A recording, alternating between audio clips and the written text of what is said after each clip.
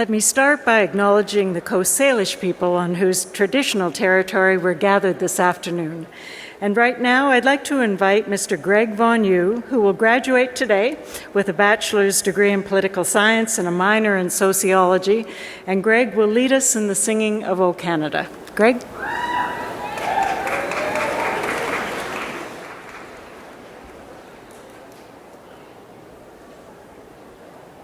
We're going to miss you, Greg. I'm going to miss you.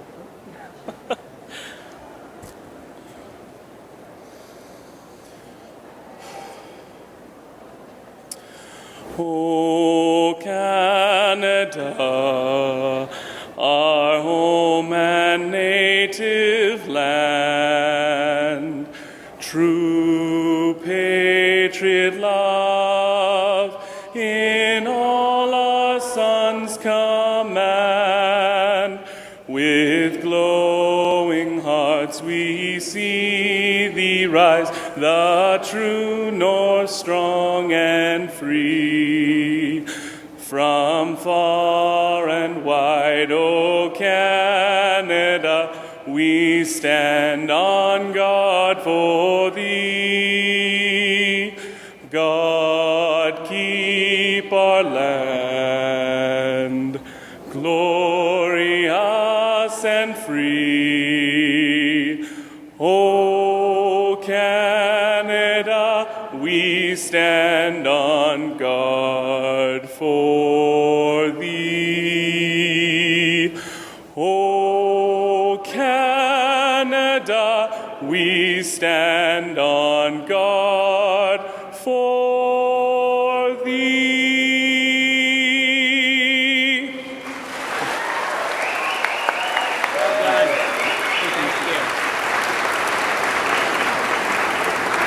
Please be seated.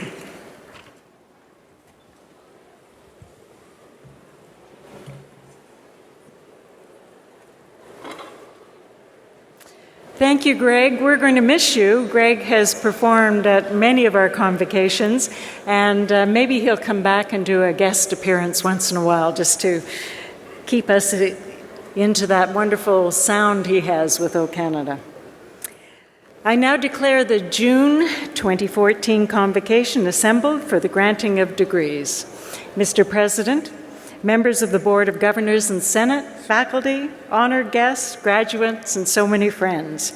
I'm Carol Taylor, Chancellor of the University, and this is our 49th Convocation, and we're delighted and honored to have in attendance today a number of distinguished guests, both on the platform and in the audience. Special guests on the platform include a member of the Board of Governors, Dr. Peter Rubin, and an honorary degree recipient and great friend, Dr. Marguerite Ford. So welcome to you all.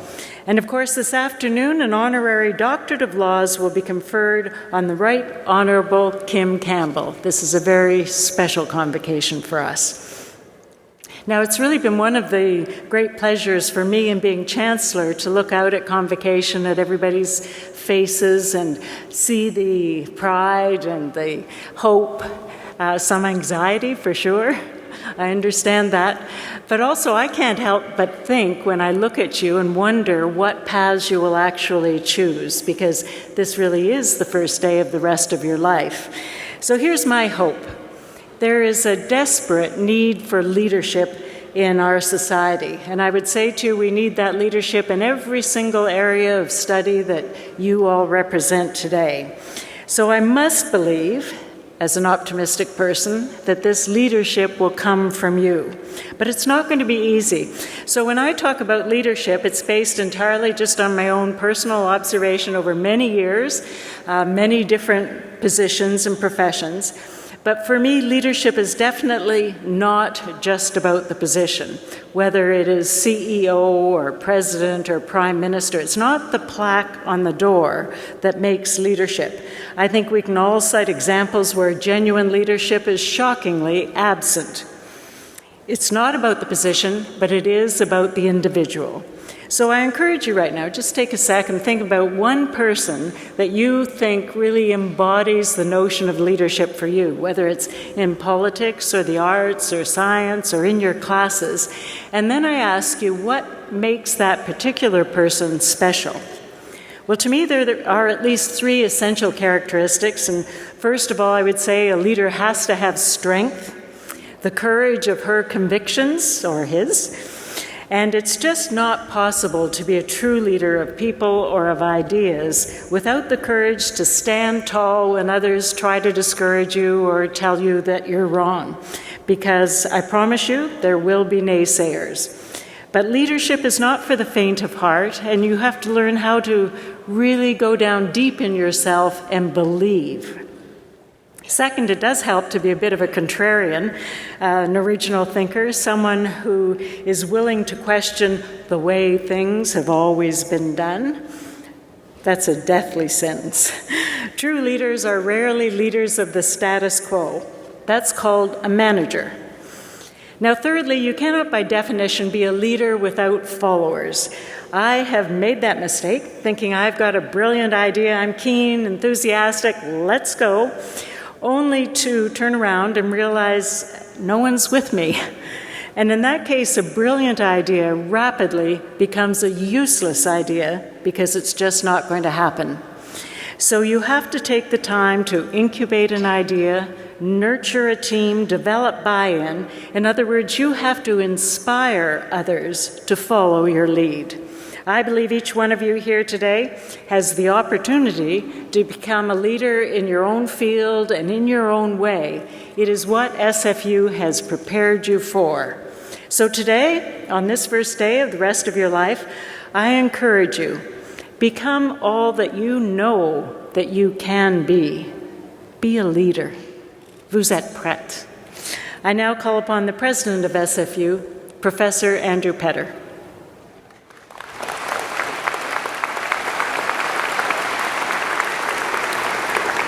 Madam Chancellor, honored guests, members of the Board of Governors and Senate, faculty members, staff, and most especially, graduands and friends. It's my privilege to preside at this celebration of your success, this culminating event of your education at Simon Fraser University. It's my pleasure to welcome those who have come to help you celebrate, your parents, your family members, your friends, for whom this occasion is as special as it is for you. I'd like to speak to you today about the wisdom of someone who, though not a philosopher in the traditional sense, is renowned for his pearls of inadvertent wisdom. I'm speaking of famed New York Yankees catcher and manager Yogi Berra. Yogi, who's still very much with us, by the way, has offered many memorable insights over the years, such as a nickel ain't worth a dime anymore, when you come to a fork in the road, take it, and my personal favorite, always go to other people's funerals, otherwise they might not come to yours. But Yogi said something that I think is particularly relevant to this graduating class. The future, said Yogi, ain't what it used to be. Now, like many Yogiisms, there's deeper truth to be found within this saying. The future ain't what it used to be. What Yogi is trying to tell us, I believe, is that the world is changing in ways that are new and difficult to predict. That can be a scary prospect, or it can be a source of tremendous opportunity. It depends upon whether one has what it takes to see the potential offered by change and to then seize it. Consider Xerox, the documents company, which in the 1970s was at the cutting edge of computer innovation. One of the most innovative things Xerox developed at that time was called WIMP. It's an acronym for Window, Icon, Menu, and Pointing Device. The last we now refer to as a mouse. But Xerox wasn't looking to the future. Its executives held to the view that they were running a printing and photocopying business, so they wimped out. They gave their innovation away to some upstart by the name of Steve Jobs. And in return, Jobs let Xerox invest $1 million in a company called Apple. Now, Xerox has survived, but its future, in Yogi's words, ain't what it used to be. Its current market capitalization is $14 billion. Not bad, but Apple's is $529 billion. The lesson is that while we live in today's world, we must prepare for a future that will almost certainly be unrecognizable for us today. The businesses of yesterday, The photo development stores and video rental outlooks, they're gone. They evaporated in a Kodak moment, or they collapsed in a blockbuster fashion. Now, this can be worrying for people trying to find their way into the job market. Things are changing at a remarkable pace. And indeed, change is the only thing we can probably guarantee will not change. And while futurists may strive to make good guesses about the jobs of tomorrow, there are no courses to teach you the necessary skills. Or perhaps there are. Perhaps you've already taken them. Journalist and author Fareed Zakaria makes a good case in this regard. In our skills-obsessed world, says Zakaria, there's no substitute for the advantage you receive from studying at a university that values the liberal arts. Depending on your discipline, you pick up a certain amount of specific knowledge and skills. But more importantly, Zakaria argues, you also learn how to write, how to speak, how to think, and most importantly, how to learn. So if the coding language changes 3 times in 10 years after you become a computer engineer, you'll be equipped to adapt to these changes. If you're a business graduate working in a sector that collapses, you'll be able to adjust and shift successfully into another sector. And if you've been schooled in philosophy or economics and the world takes an unanticipated turn, you may want to be one of the first to figure out not only what's going on, but what to do about it, how to chart a new course for the future. Canada's employment numbers provide some strong support for Zakaria's analysis. In the past decade of incredible change, including the worst economic downturn since the Great Depression, university graduates have enjoyed continued success in the labor market, while those with only high school credentials have languished. In the 5 years from 2008 to 2013, jobs for university graduates increased by 810,000, while jobs for those without post-secondary education decreased by over 500,000. The benefits of the liberal arts have also been noted in the rest of the world. Institutions across Asia, for example, have begun to introduce liberal arts courses and programs to add balance to what has been an overly narrow focus on skills alone. Now, SFU has also been working hard to find that balance. We have endeavored to inculcate the critical thinking, problem-solving, and research skills that will enable you to be employable, adaptable, global citizens. And regardless of your program of study, we've required you to hone your writing and quantitative abilities and to gain interdisciplinary breadth. And as Canada's most community-engaged research university, we provided you with opportunities for experiential learning to gain workplace skills and civic understanding.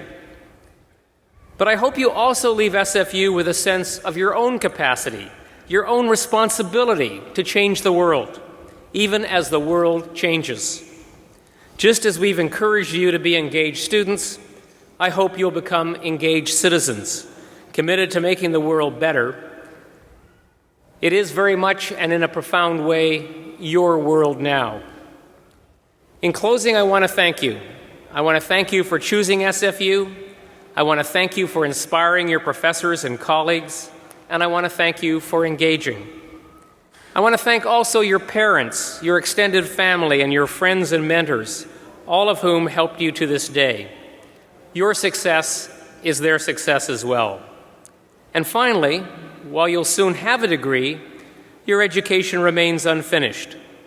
You're alumni now, but the world is continuing to change, and I hope you will cherish that status and come back often as your education needs require, or just to stay in touch.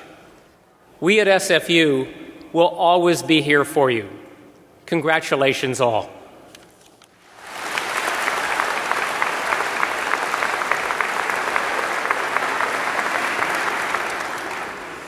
SFU's honorary degree is the highest honor that is conferred by this university. Honorary degrees are awarded to distinguished individuals in recognition of their scholarly, scientific, or artistic achievement, or in recognition of exceptional contribution to the public good through professional or philanthropic activity. Honorary degree recipients' achievements celebrate what this university values, and they serve as an inspiration and a role model to our students, graduates, and to our community. The honorary degree will now be conferred. To present the honorary degree candidate, the Right Honorable Kim Campbell, I'm pleased to welcome Dr. Alexander Mowens. Dr. Mowens is Professor of Political Science and a Senior Fellow in American Policy at the Fraser Institute. He prepared today's introduction with the help of his students, Precious Faith Jakaza and Garrett Schaefer. Dr. Mowens.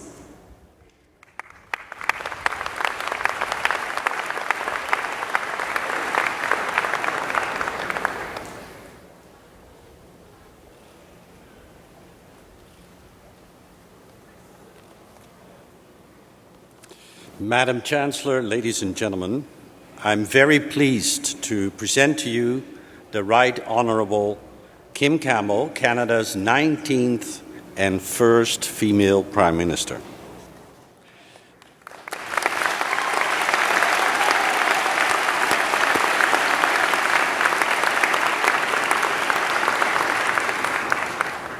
Kim Campbell's political journey has been one of constantly breaking new ground, an example that many young leaders aspire to follow. It is one of overcoming challenges. She's truly a Canadian trailblazer. She has held many leadership positions in BC and Canada and has played a consistent role in promoting democracy across the globe and the advancement of women in public service. The motto in the crest, granted to her by Queen Elizabeth II in 1995 to recognize her service to Canada, sums it all up. It says, "Seek wisdom, conquer fear, do justice." Kim Campbell received both a Bachelor of Arts Honours and a Bachelor of Law from the University of British Columbia, and she studied Soviet Studies at the London School of Economics. After serving the Vancouver School Board and the BC Legislative Assembly, Kim Campbell was elected to Canada's Parliament in 1988. She became Canada's first female Justice Minister and Attorney General. Her main goals in these roles were fairness in the relationship between citizens and governments and inclusive justice for all Canadians. Later, she became Minister of National Defence, again a first among NATO countries, and in 1993, Prime Minister of Canada. Undiminished in her efforts after the defeat of the Progressive Conservatives in 1993, Kim Campbell has taught at the Centre for Public Leadership at Harvard's Kennedy School of Government, while continuing as an effective international leader for democratic values. She has raised the profile of such fora as the Club of Madrid and the Madrid Agenda against the rise of terrorism. Kim Campbell was inducted into the International Women's Forum Hall of Fame in 2008. For her outstanding contribution to Canadian politics, she was honoured with the Companion of the Order of Canada in 2010 and the Order of British Columbia in 2012. Madam Chancellor, on behalf of the Senate of this university, I ask that you now confer upon the Right Honourable Kim Campbell the degree of Doctor of Laws honoris causa.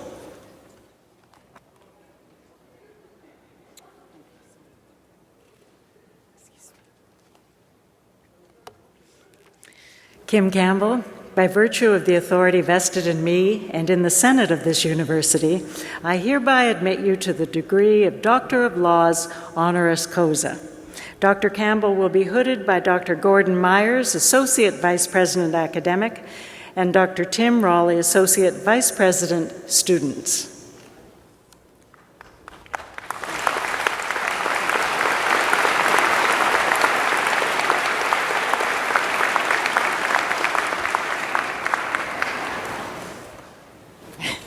That's a bit right. Congratulations. Thank you so much. Get to go sign the book. Great.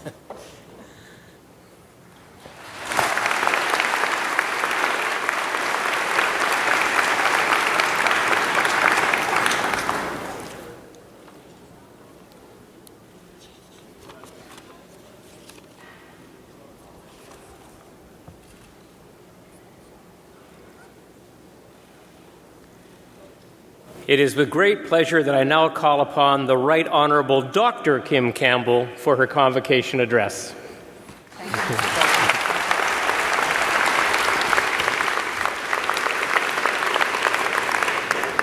Thank you so much, Madam Chancellor, Mr. President, distinguished members of the faculty and the governing bodies of Simon Fraser University, members of the class of 2014, and your families and friends, and all who are celebrating this day. I'm deeply honored to be part of the class of 2014 with you. I must say that I'm also delighted to be here because I remember when Simon Fraser University opened its doors for the first time in 1965. I was a second-year undergraduate at the University of British Columbia. And quite aside from the good-natured rivalry that our two institutions have, I'm very proud of the great university that Simon Fraser has become up here on the Hill. It's a very distinguished institution, and you've fulfilled the promise of doing things in an innovative and new and forward-looking way. And I have to confess that if I had known that you were going to have pipes and drums at your convocation, I might have transferred back in 1965. One of the things that we sometimes forget when we celebrate the graduation of a class of young scholars from university is the context in which that education takes place. And recent events, the crises in Ukraine, the celebration, the 70th anniversary of the landings in Normandy on D-Day, have made me reflect that all that we have done, that all that we do here takes place in the context of a really wonderful democracy.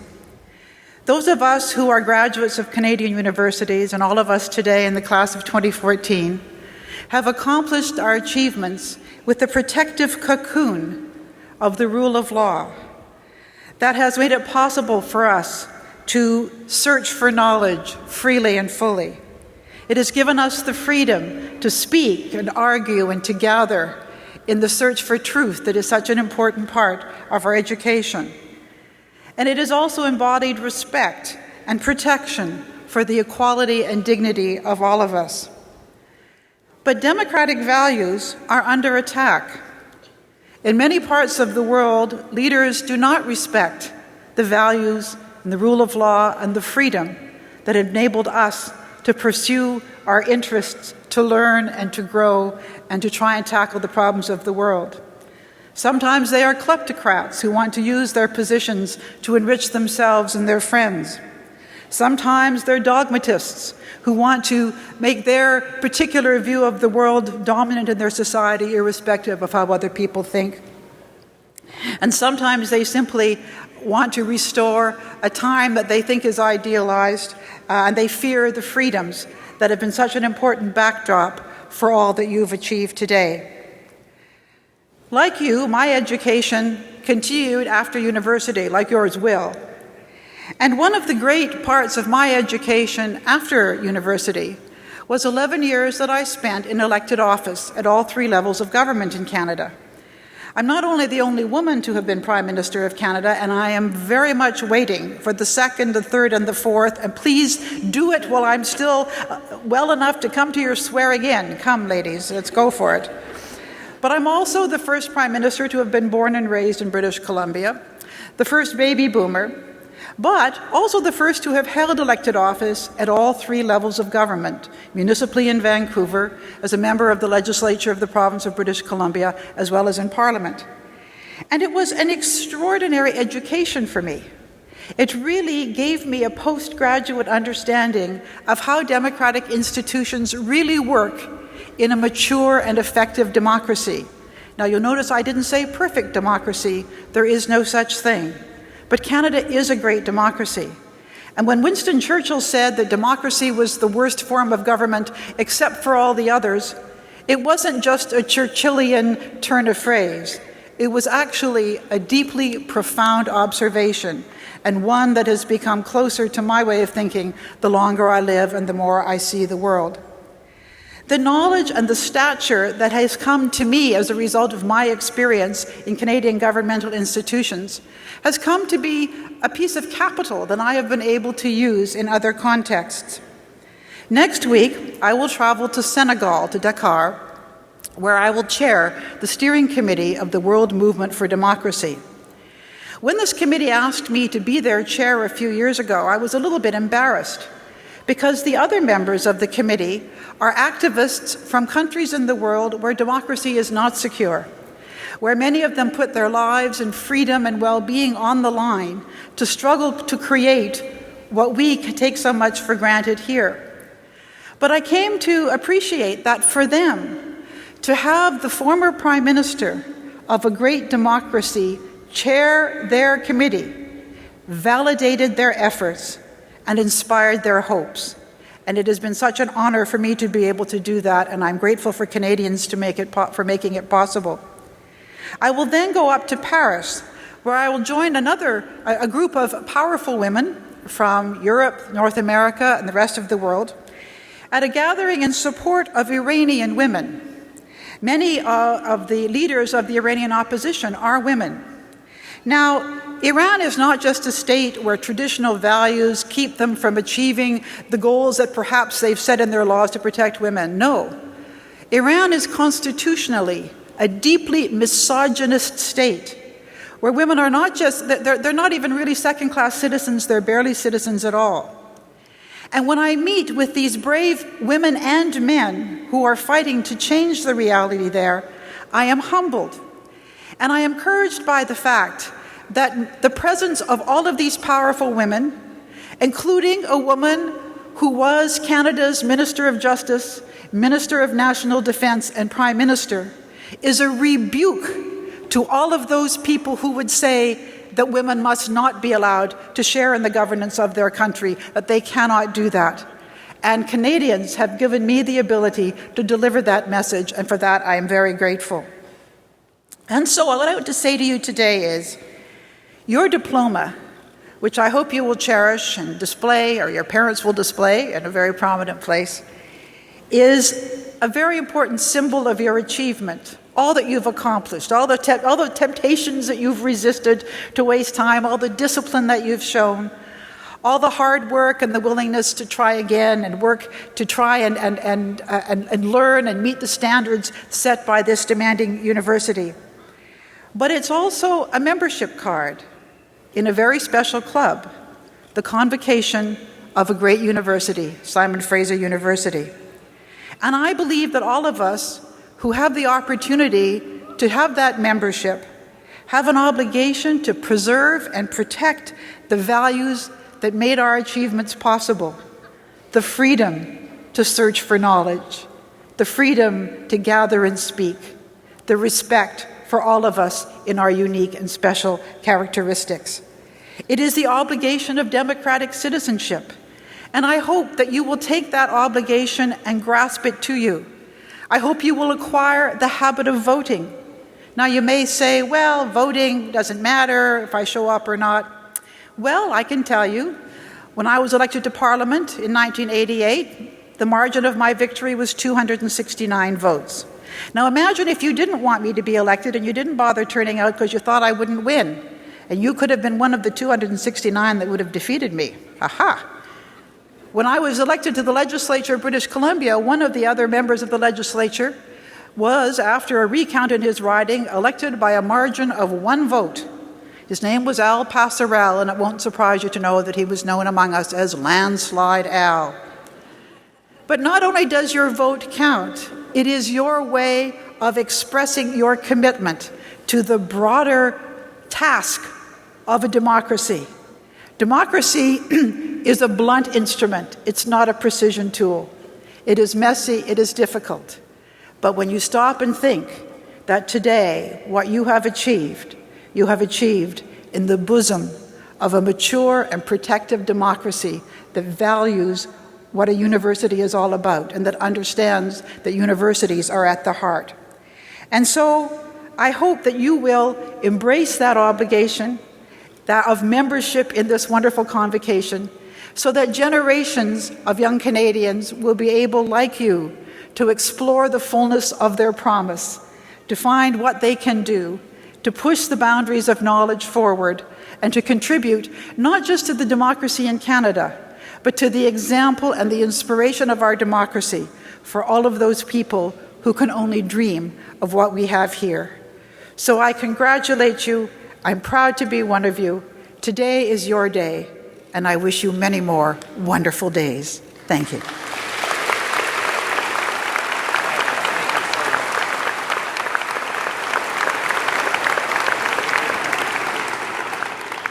Thank you very much, Dr. Campbell.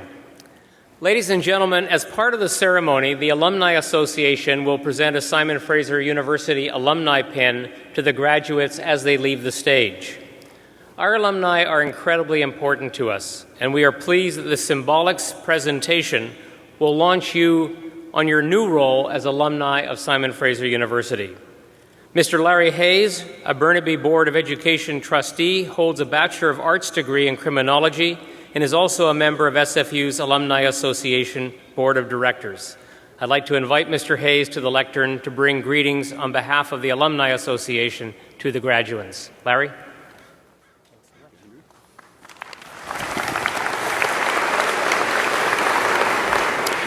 Thank you, President Petter.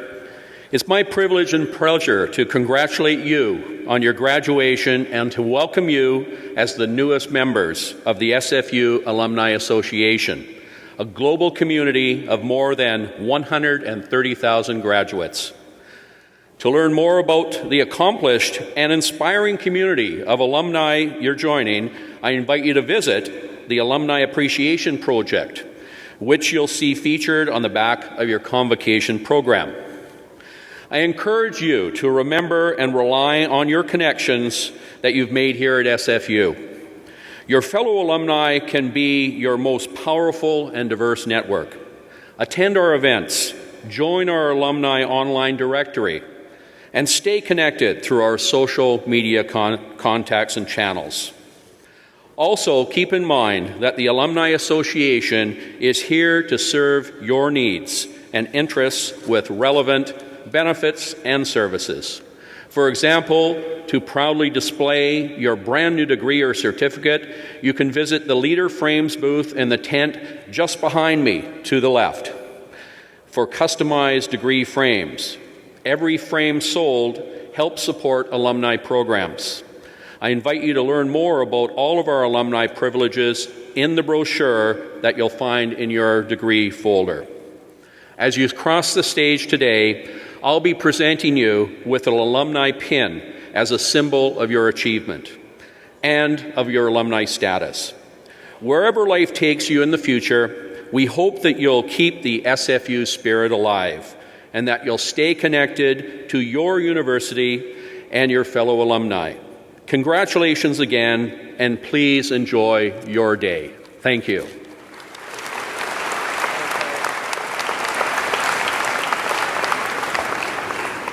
Thank you, Larry. Before the graduands are presented individually to the Chancellor, Ms. Alexandra Bessan, a member of the graduating class, will address Convocation. Alexandra will be graduating with a degree in International Studies. She is proud of achieving a multidisciplinary education in the social sciences, exploring courses ranging from sociology, gender studies, economics, history, and political science. During her time at SFU, she's also been actively involved with campus groups such as Fair Trade Vancouver's student branch, CJSF 90.1 FM, the campus radio station, and Simon Fraser Public Interest Research Group, a social and environmental justice resource center. Alexandra hopes to travel extensively and is committed to further work in social justice. I'm now pleased to call upon Alexandra Bessan, our student speaker. Alexandra?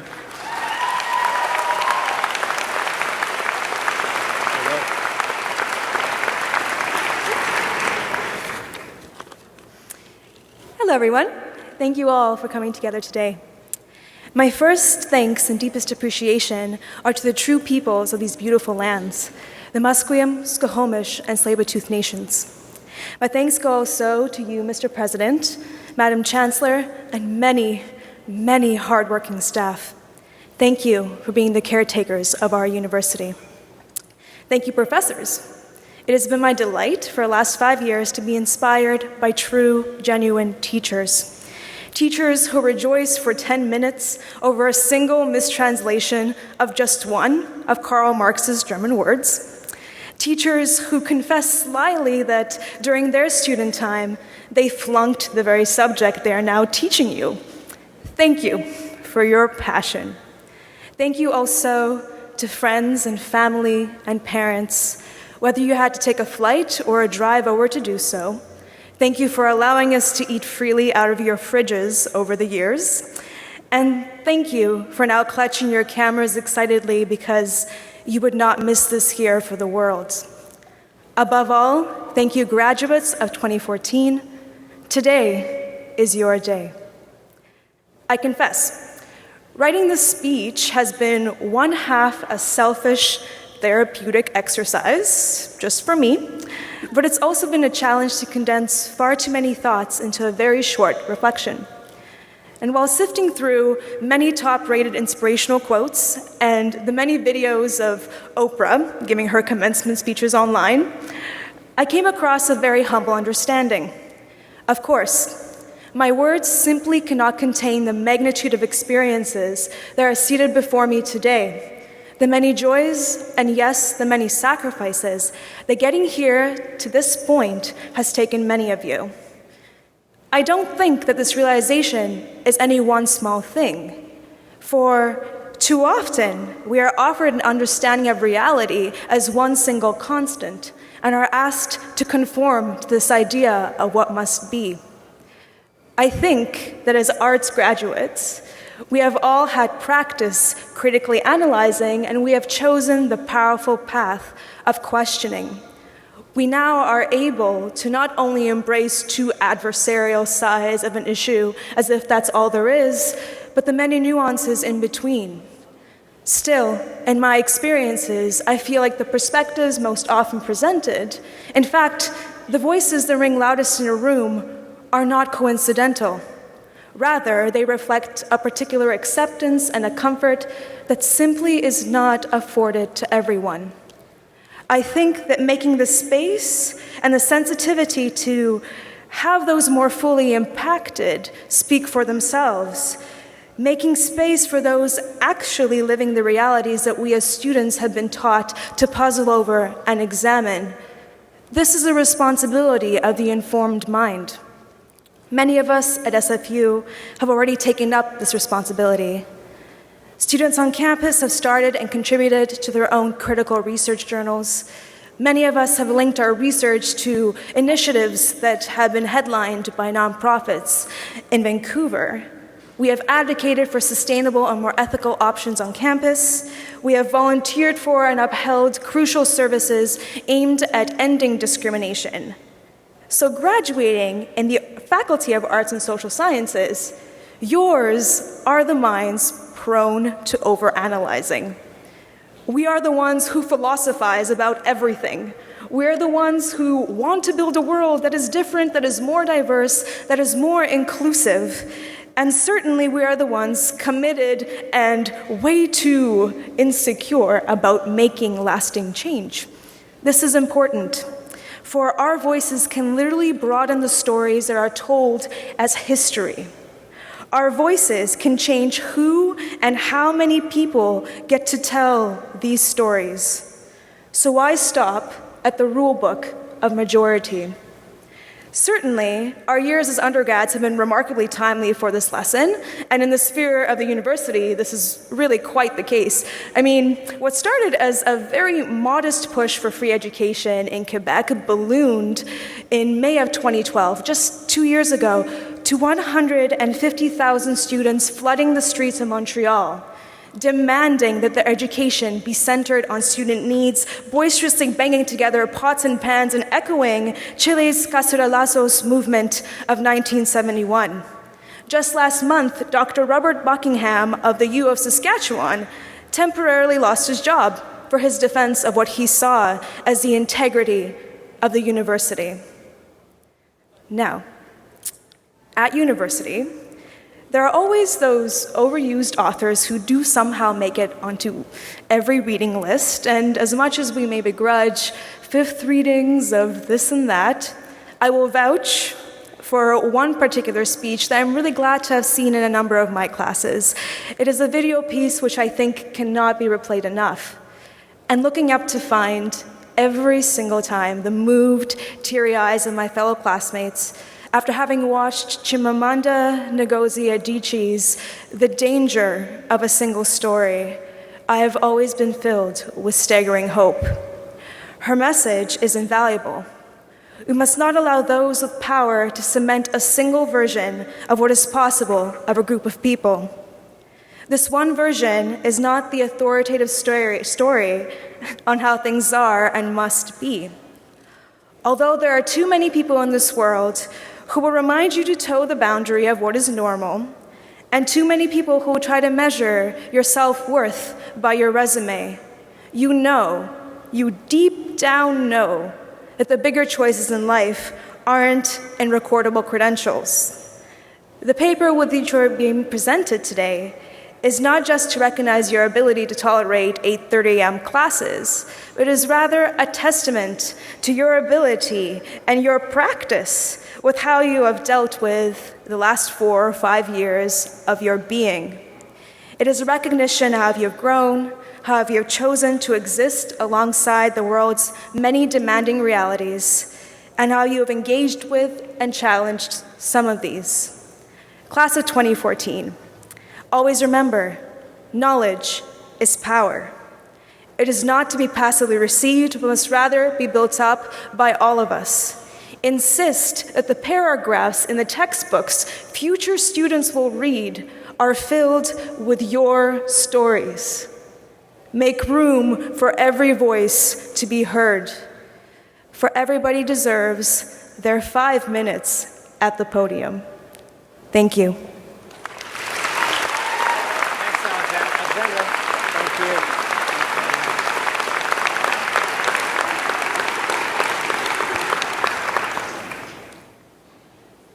Thank you, Alexandra. The members of the graduating class will now be presented to the Chancellor to be admitted en masse to their degrees. Will the graduands please rise? Pretty good-looking group, don't you think?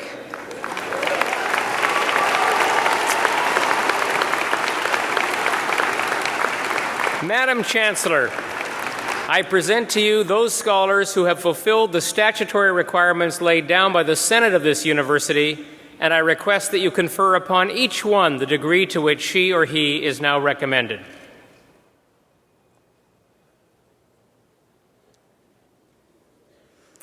By virtue of the authority vested in me and in the Senate of this university, I hereby admit you to your various and several degrees. Will the graduates please be seated?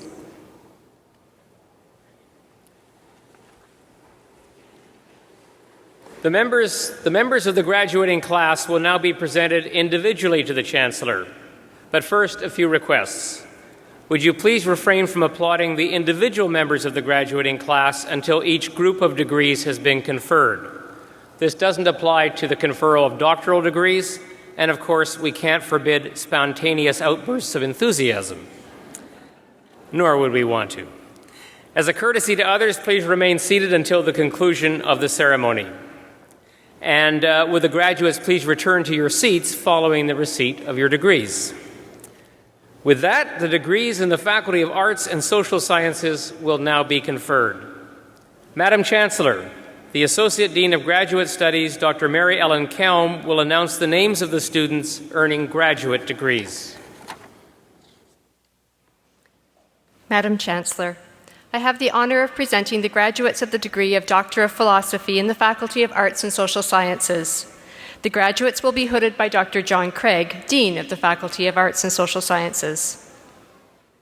The first graduate is a recipient of the Dean of Graduate Studies Convocation Medal for Academic Excellence, Dr. Bonnie Riley Schmidt. Dr. Schmidt, will you join me, please?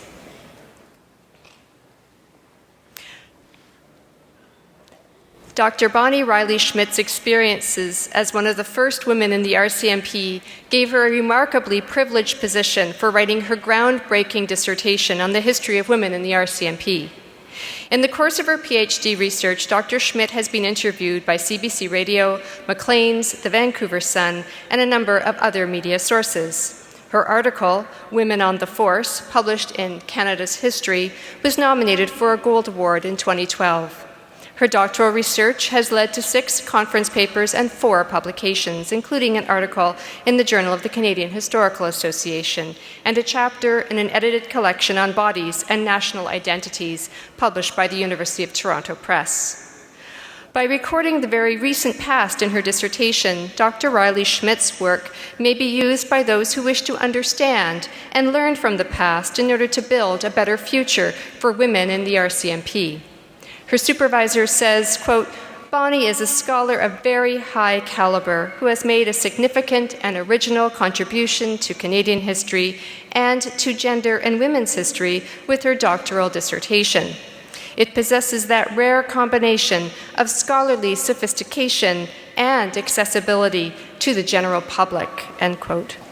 On behalf of SFU, we congratulate Dr. Bonnie Riley Schmidt on her outstanding achievements, which are being recognized with the award of the Dean of Graduate Studies Convocation Medal as one of SFU's most outstanding graduate students from the Faculty of Arts and Social Sciences.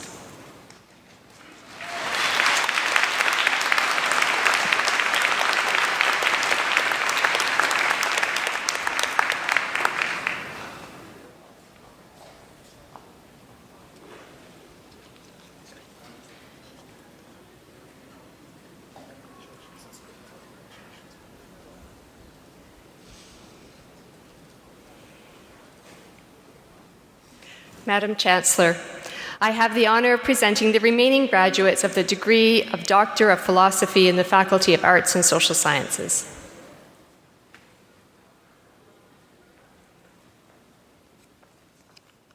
Dr. Julian Brooks, Department of History, Senior Supervisor Andre Gerlamitis.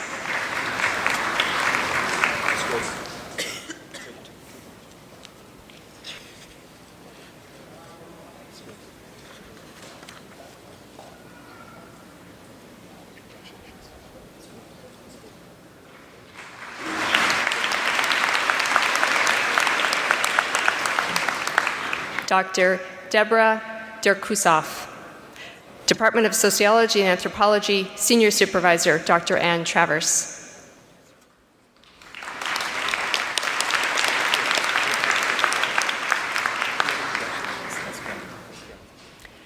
Dr. Sarah Geist, Department of Political Science, Dr. Michael Hullett, Senior Supervisor.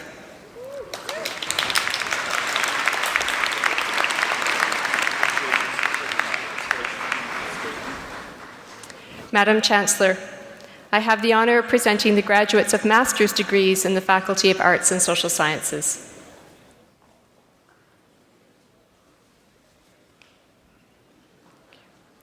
Fatma Zora Anane,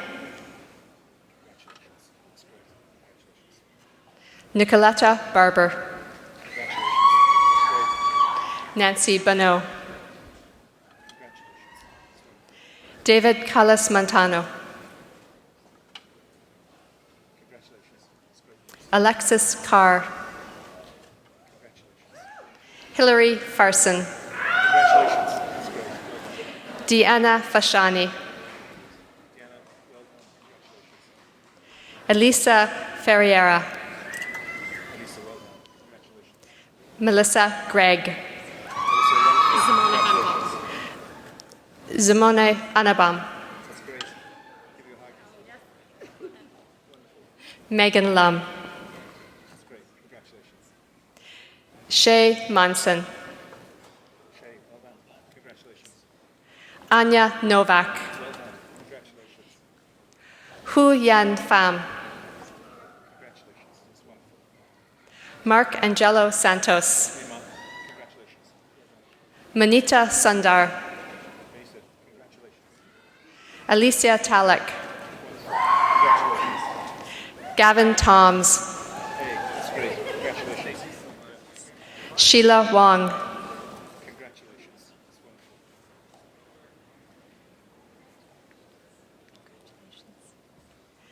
Stephen Aberley.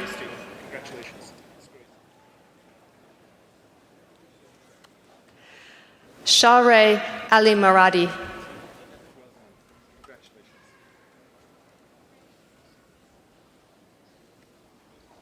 Judith Baldwin. Hi. Matthew Burke. Hey, Matthew. Congratulations. Yeah. Andrew Zink. Congratulations. Dorothy Dittrich. Hey, Dorothy. That's great. Let's get to it. Alicia Martin. That's great. Congratulations. That's great. Adrienne McChesney. Congratulations. Terry Pattinson. Congratulations. John Penhall. Congratulations, John. That's great. Paul Plut. Paul, congratulations. That's great. Sandra Scott. Sandra, congratulations. Paul Winskell. Lovely. Congratulations. That's great. I'm done.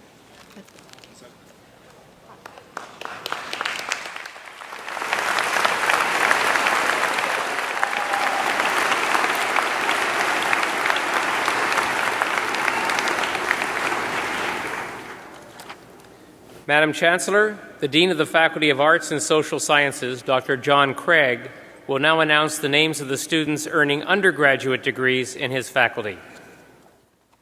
Madam Chancellor, I have the honour of presenting the graduates of the degree of Bachelor of Arts in the Faculty of Arts and Social Sciences. The first graduate is the recipient of the Dean's Convocation Medal for Academic Excellence, Ms. Alexandra Bassan. I ask Ms. Bassan to come forward.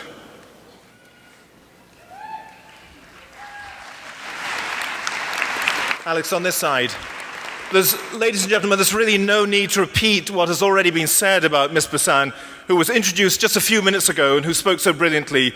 But suffice it to say, she's an outstanding student who has excelled in her chosen field of international studies, an active and energetic volunteer on campus, and, as you all heard, a brilliant speaker. So on behalf of my colleagues in the Faculty of Arts and Social Sciences, it gives me enormous pleasure to present Alex with the Dean's Convocation Medal for Academic Excellence. Many, many congratulations. That's great. That's great. And then you can go ahead and just... Madam Chancellor, I have the honour of presenting the remaining graduates of the degree of Bachelor of Arts in the Faculty of Arts and Social Sciences. Chelsea Asiano. Christina Adamson. Temi Adabanjo. Kate Affleck. Sandra Alasson Ribert. Andrea Alberti. Rosaline Battaglia. Tamatha Altocase. Chiara Amato. Catherine Anderson. Wyatt Atwell. Anna Christine Avafial. Do you want the whole thing? Really? Marie Angeli Nicole Axabal. Misbah Aziz. Shane Babcock. Brock Bacchus. Evelina Bajdowska. Christine Balaj. Lauren Barlow. Alex Bartus. Mystery Beck. Nina Bennett. Samuel Biagioni. Adam Bieka. Alyssa Bigioli. Inda Biring. Kaylee Bishop. Neva Broadhead. Eric Brower. Kathleen Budd. Hey, here's someone I know. son of my great friend, Paul Boudre, Max Boudre. Joshua Burdett. Menji Carden. Natasha Carlos. Lise Cazalet. Nova Chamberlain. Charmaine Chan. Camila Charters-Gabanek. Cheng Chen. Brian Yungchak Chen. Wendy Chung. Tyler Christensen. Stephanie Chung. Georgia Clayton. Kevin Connolly. Alexandra Cook. Justin Cook. Princess Cook. Jean-Francois Cocon. Rachel Cormack. Jennifer Cross. Miranda Cross. Cassidy Crow. Help me with the last name. Kudenik? Yannick Kudenik. Yannick Kudenik. And please, don't kid yourselves. Our democracy has been infringed upon on several times. Thanks, Yannick. Kristen Cunliffe.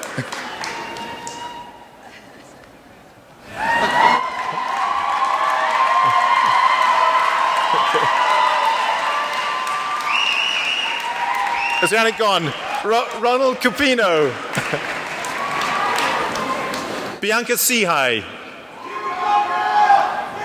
Catherine Dare. Annie Davis.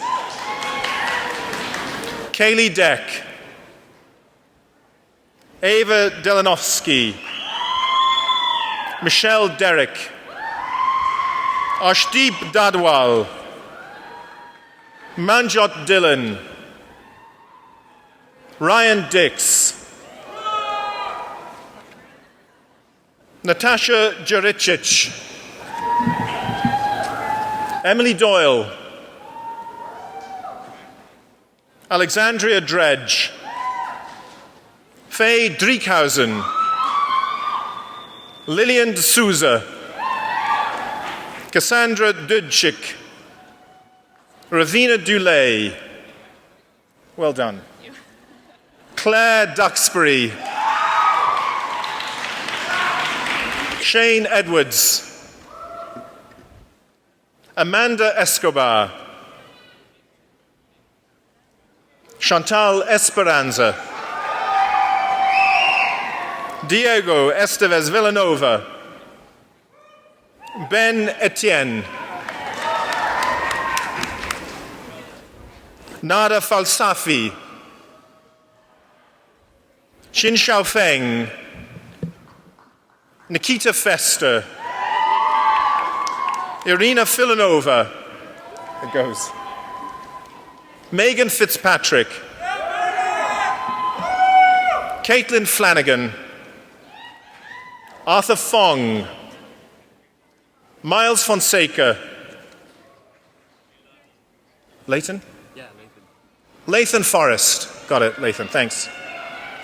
Rachel Fricker. Melissa Friday. Manita Gandam. Michelle Garnham. Arshdeep Gill. Congrats. Patrick Glonk. Emily Goldsmith. Grome. Brent Grome. Hala Habib. Andrea Hang. Sarah Hansen. James Haslam. Min He. Ray Anna Hedlin. Lamia Hodjik. John Hogan. Kimberly Horniman. Faraz Hosseini Sani. Laura Huffam. Diana Shea. Li Wen-su, Bo Yang-hu, Yu Huang, Natasha Hussein, Lukasz Herman, Ermen Isic, Mike Jackson, Dominique Lejean. Got it? Dominique Lejean, Hannah Jeffries, Got it. Yevgenia Yelena, Savannah Jones Martin, Natalie Jones, Ryan Jung, Brian Camlade, Yuri Kaneko, Banafsha Kapadia, David Katsionis, Lindsay Cayley, Tatiana Kazulin, Andrew Keach, Amir Koshkol, Grace Kim, Jo Un Kim, Jung Yun Kim, Chelsea Kirschmeyer, Taylor Cohn,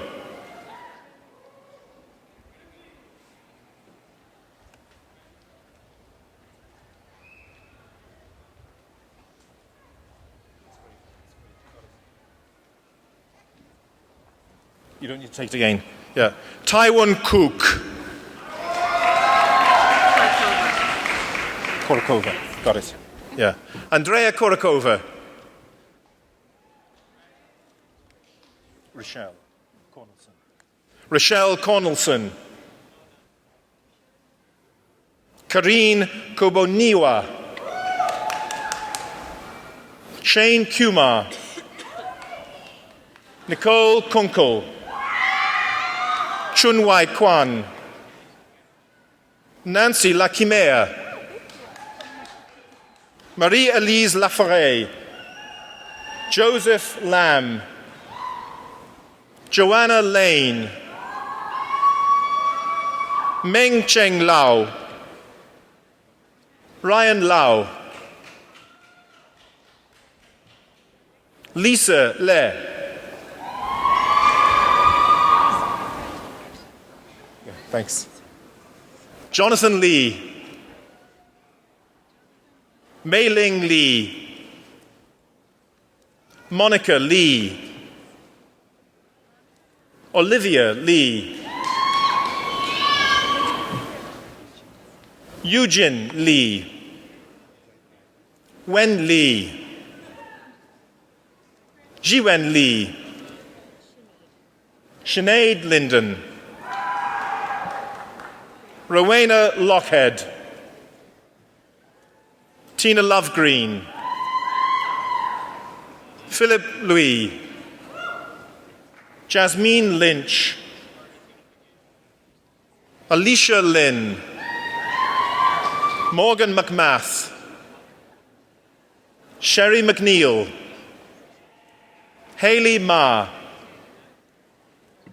Ji Ying Mack, Aggie Mack, Krisha Malik, Nicole Molina,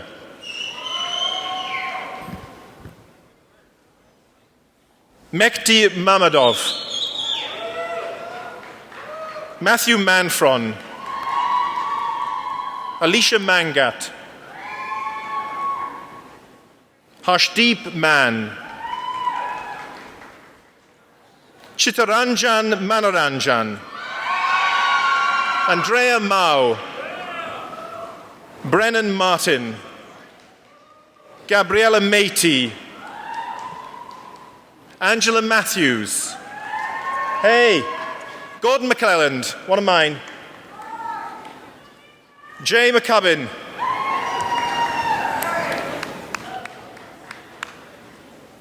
Emily MacDonald. Keith McKinnon. Take your time. It's fine, it's fine. Lovely to see you. Taryn McLachlan. Isn't this terrible? Try it again. Taryn McLagan. Michael McGalley. Thomas Membry. Pavitra Menon. Teresa Messina. Gregory Milligan. Sandeep Minnis. Sia Mishra. Jennifer Mitchell. George Mohan. Milad Moradi Monfarad. Yusuke Morishita. Callum Mounts. Nikolai Murzikov. Nadia Mutal. Peter Muirhead. Brita Munoz. Close enough, maybe. Meredith Murray. Michael Nelson. Dennis Ng. Larry Ngo. David Ngu. Jonathan Yun. Chiminem Prince Nunodi. That's great. Katie Nordgren. Michael Norman. Heidi Nutley. Shannon O'Byrne. Asia Oleinik. Emmanuel Osoka. Angarag Otkonbaya. Halmat Palani. Tiago Palmer. Nathan Palmer. Jessica Pander. Chan Hong Park. Alicia Parker Sutton. Angela Patti. Adam Patillo. Chelsea Pavlich. Caitlin Pawson. Jamie Peng. Megan Purr. Megan Purr. Matthew Pereira. Sophia Phillips. Diana Pineda Blanco. Charles Ping. Julia Pontellini. Andrei Pop. Stephanie Porofsky. Samantha Power. Christina Puskas. Adam Rahiman. Faraz Ravanbaksh.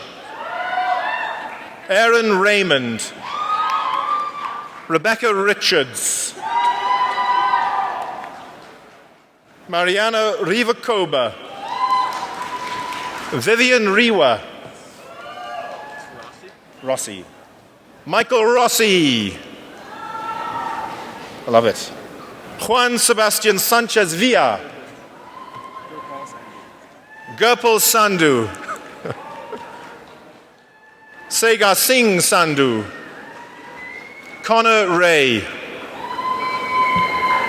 Jose Carlo Rivera.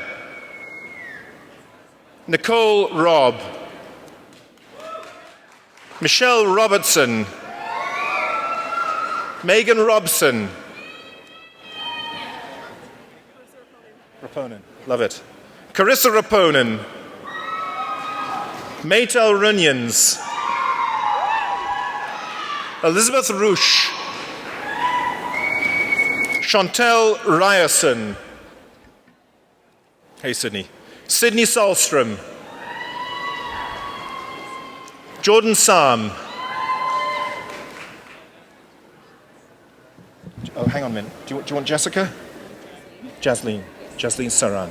Got it. Jasleen Saran. Shuka Sato.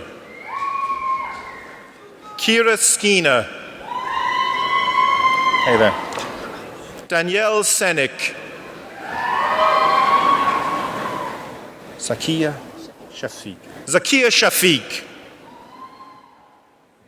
Dongyung Shim. Michaela Shim. Schuldeis.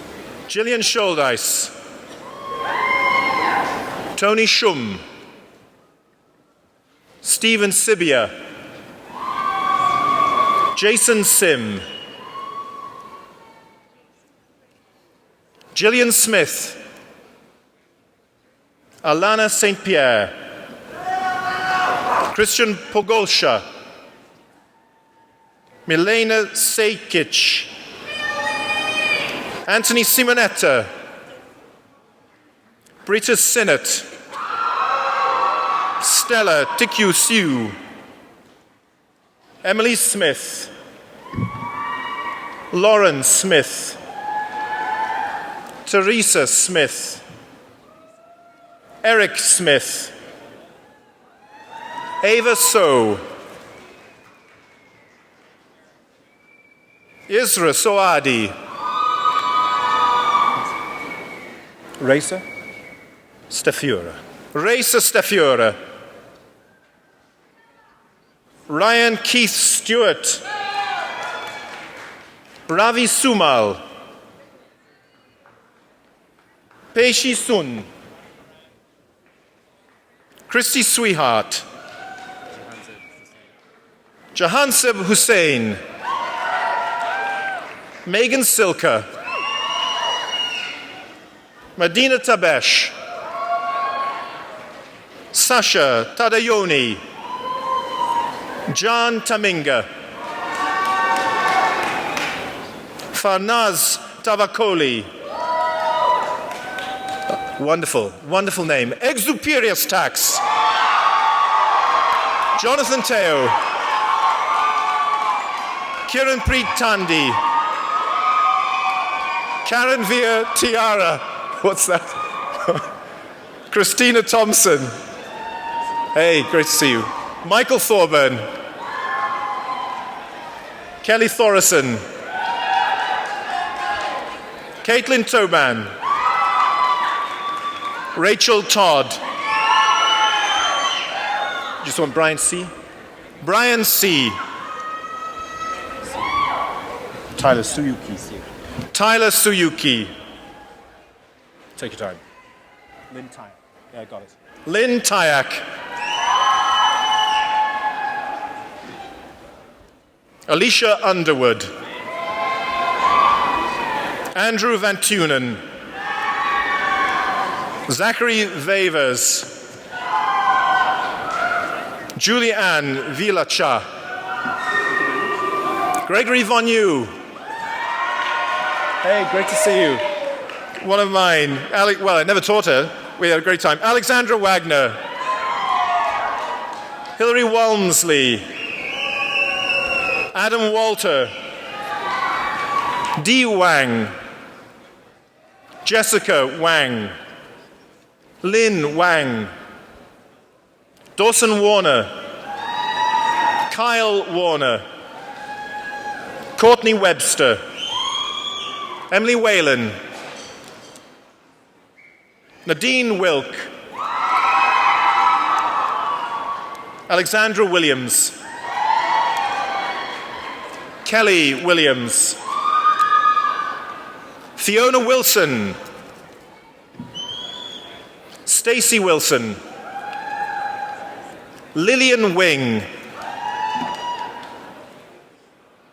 Krzysztof Wisniewski. Krzysztof Wisniewski. Nicholas Witzerman. Arndt Voldemo. Miles Wolfe. Joe Wong. Justine Wong. Christiana Wu. Joyce Yan. Daniel Yang. Francis Yap. Megan Yerksa. Lena Yim. Adam Yoshida. Yuang Fang Yuan. Annette Jung. John Yurechko. Linghan Zhang.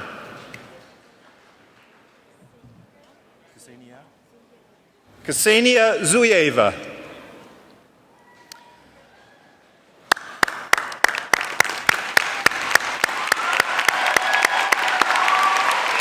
Madam Chancellor, I have the honor of presenting the graduates of the degree of Bachelor of General Studies in the Faculty of Arts and Social Sciences.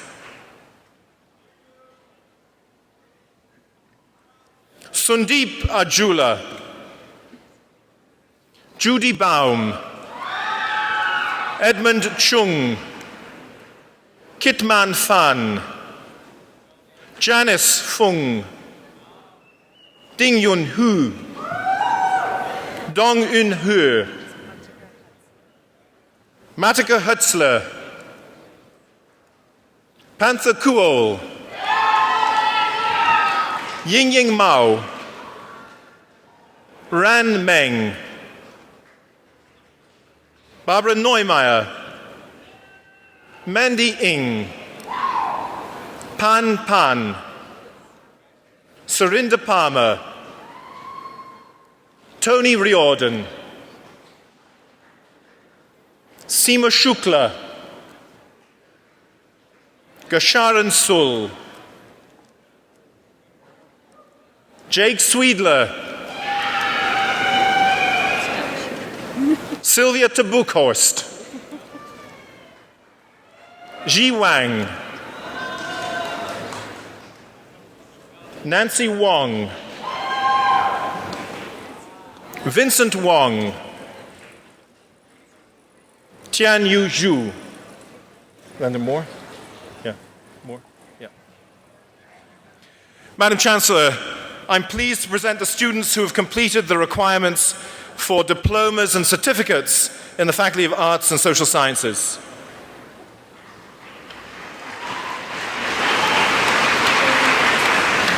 Gillian Farnsworth. Siobhan Kwok. Domingo Salvieo. Ruth Shirk.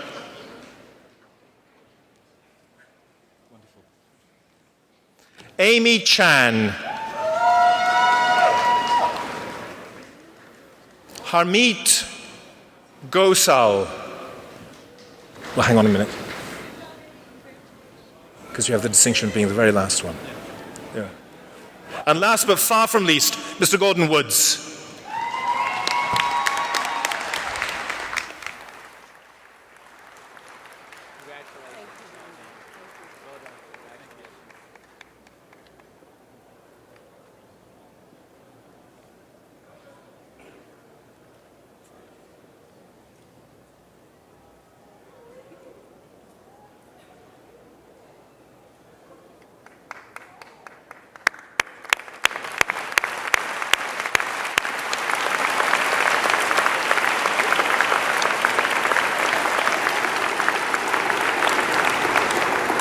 Will the graduating class please rise? I congratulate each of you on the completion of your degree.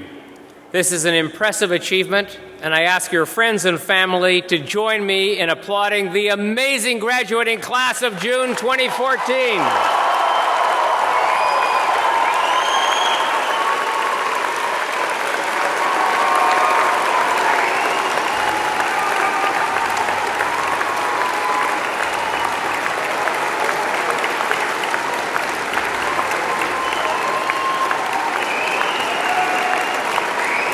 And let's not forget those who helped you to get here. I'd now like to invite the members of the graduating class to reciprocate by applauding your family, friends, the faculty and staff, all of whom helped you to reach your goal.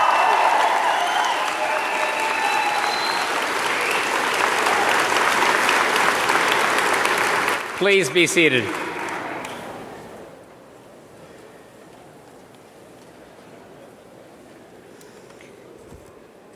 Ladies and gentlemen, this completes the formal awarding of degrees on this fine day. Some graduates who were recommended by the Senate for degrees today were unfortunately unable to be with us, and therefore their names were not read out. However, I now admit them to the appropriate degrees as shown in the program. I have a couple of thank yous to express, first of all and especially to all of you for joining us and making this such a special convocation at SFU. Of course, to our many volunteer staff and faculty members, coordinated by Student Services and Ceremonies and Events offices, you all worked together so hard and so well. Another lovely, smooth convocation day. Thank you for that.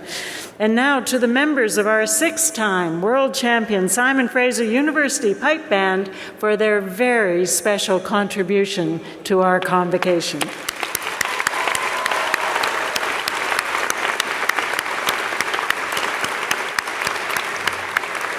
You'll be happy to know that they will be performing after the ceremony in Freedom Square, which is just behind the platform. And this does bring to a close the formal part of this afternoon's convocation. You are now all invited to attend a reception in the James Douglas Room, which again is just behind the platform.